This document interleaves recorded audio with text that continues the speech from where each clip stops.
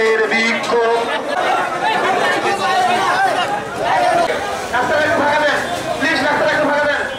Engineer শাহিল ইসলাম তুহিন ভাই দেশের বাইরে আমি শুভেচ্ছা ও অভিনন্দন জানাচ্ছি। সংগ্রামী নেতৃবৃন্দ, রায় হওয়ার কারণে আমাদের নেতৃবৃন্দ আসতে পারছেন না। জননেতা জনাব ইঞ্জিনিয়ার শাহিল ইসলাম তুহিন, দেশ নায়ক তারেক রহমানের সকল মিথ্যা মামলা সংগ্রামী ভারপ্রাপ্ত চেয়ারম্যান আমাদের আশা আকাঙ্ক্ষা করবেন না।